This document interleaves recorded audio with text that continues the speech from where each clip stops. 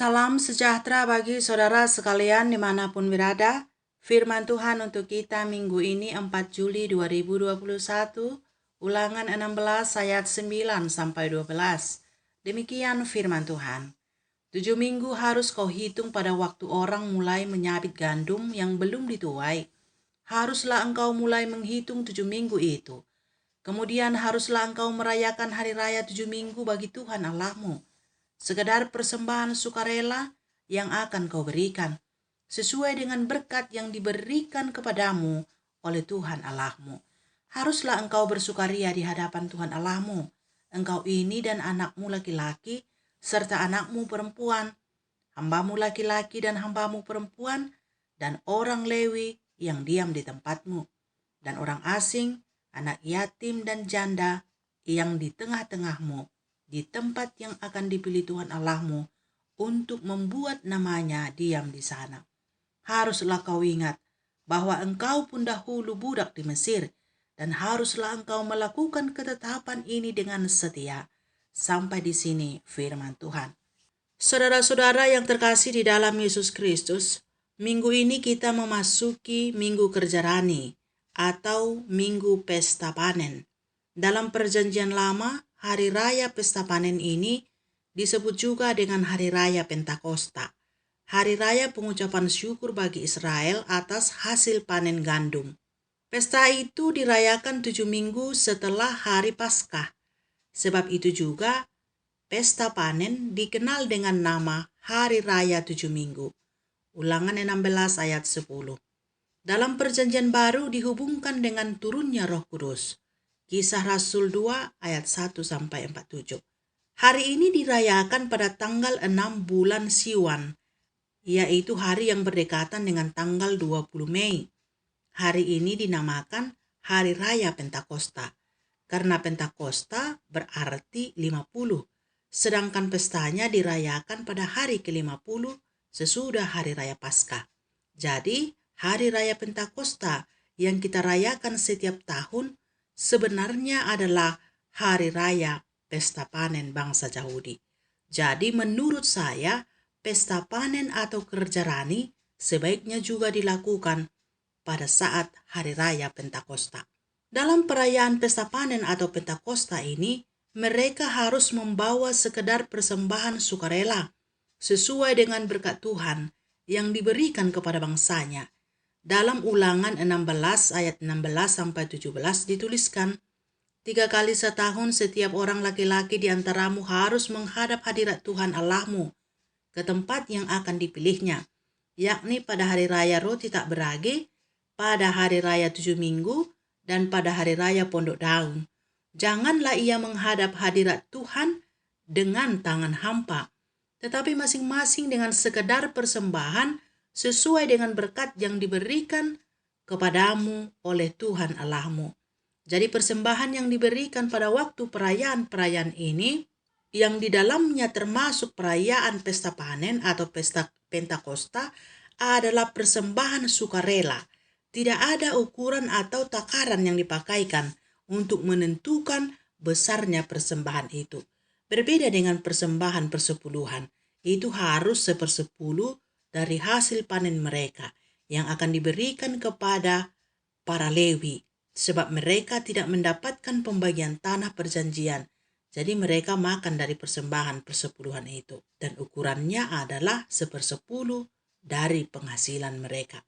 Namun pada perayaan-perayaan besar Yahudi, persembahan itu adalah sekedar persembahan sukarela. Tetapi walaupun sukarela, bukan berarti persembahan itu diberi dengan sesuka hati atau berapa saja boleh. Namun harus disesuaikan dengan pemberian Tuhan Allah kepada tiap-tiap orang. Yang terpenting dalam perayaan Pesta Panen adalah bersukacita. Makan bersama dengan seluruh orang yang ada di sekitar mereka. Anak laki-laki, anak perempuan, hamba-hamba laki-laki, hamba-hamba perempuan, orang asing, anak yatim, para janda, dan orang Lewi. Ini semua dilakukan supaya mereka tidak melupakan masa lalunya. Mereka harus mengingat bahwa mereka pun dahulu adalah budak di Mesir, miskin dan menjadi orang asing. Itulah sebabnya semua orang miskin dan asing harus turut bersuka cita dan makan bersama pada saat perayaan pesta panen. Ini menunjukkan bahwa umat Israel harus mengasihi orang-orang miskin dan orang-orang asing, seperti Allah juga mengasihi mereka waktu mereka menjadi budak di Mesir. Dalam ogen kita minggu ini, Markus 12 ayat 28-34, diceritakan di sana tentang hukum yang terpenting, yakni mengasihi Tuhan Allah dengan segenap hati, dengan segenap kekuatan, dan dengan segenap akal budi, dan mengasihi sesama seperti diri sendiri. Kedua hukum ini lebih penting dari persembahan korban bakaran dan korban sembelihan. Markus 12 ayat 33. Dikatakan begini, memang mengasihi Dia dengan segenap hati dan dengan segenap pengertian dan dengan segenap kekuatan dan juga mengasihi sesama manusia seperti diri sendiri adalah jauh lebih utama daripada semua korban bakaran dan korban sembelihan. Jadi saudara-saudaraku, apapun yang kita lakukan, baik dalam perayaan-perayaan atau dalam memberi persembahan-persembahan, kita harus bertanya terlebih dahulu kepada diri kita sendiri. Apakah yang kuperbuat ini sudah menunjukkan kasihku kepada Allah, juga sudah menunjukkan kasihku kepada sesama? Memberi persembahan kepada Tuhan, tetapi mengabaikan sesama, itu tidak bijaksana. Dan memberi kepada sesama, tetapi mengabaikan Tuhan Allah, itu juga perbuatan yang tidak bijaksana. Siapa yang tidak bijaksana, dia jauh dari kerajaan Allah.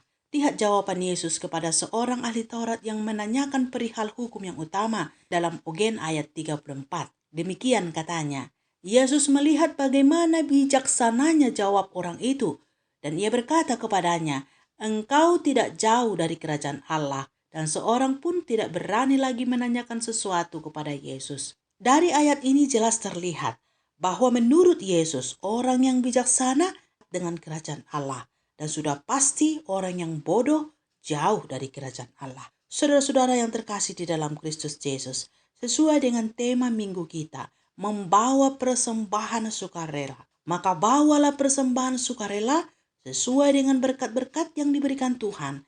Dan ingatlah, hasil pertama dari tuaian kita harus diberikan kepada Tuhan sebagai ucapan syukur atas berkatnya, seperti yang dituliskan dalam invokasio Amsal 3 ayat 9. Muliakanlah Tuhan dengan hartamu dan dengan hasil pertama dari segala penghasilanmu. Demikian dituliskannya 3 ayat 9. Memuliakan Tuhan tidak cukup hanya dengan kata-kata atau dengan nyanyian-nyanyian saja, tetapi dengan harta dan dengan hasil pertama dari segala penghasilan. Jangan ada yang keliru sambil berkata, aku akan memberikan hartaku atau penghasilanku kepada orang-orang miskin saja, orang-orang yang kekurangan yang membutuhkan pertolongan.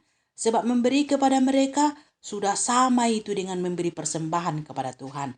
Tidak begitu. Memberi persembahan kepada Allah adalah keharusan, dan memberi kepada orang miskin adalah juga keharusan. Jadi kedua-duanya harus dilakukan. Jangan melakukan yang satu, tetapi mengabaikan yang satu lagi. Hukum yang utama itu ada dua, bukan satu, yakni mengasihi Tuhan Allah dan mengasihi sesama manusia. Dan kedua hukum ini adalah yang terutama. Bukan berarti keduanya bisa dijadikan satu atau dipilih salah satu di antaranya. Tetapi keduanya harus dilakukan. Pertama kepada Tuhan Allah dan yang kedua kepada sesama. Salah satu cara mengasihi Tuhan Allah adalah membawa persembahan sukarela. Jadi, bawalah persembahan sukarela ke rumah Tuhan. Ucapan syukur memuliakan namanya. Amin.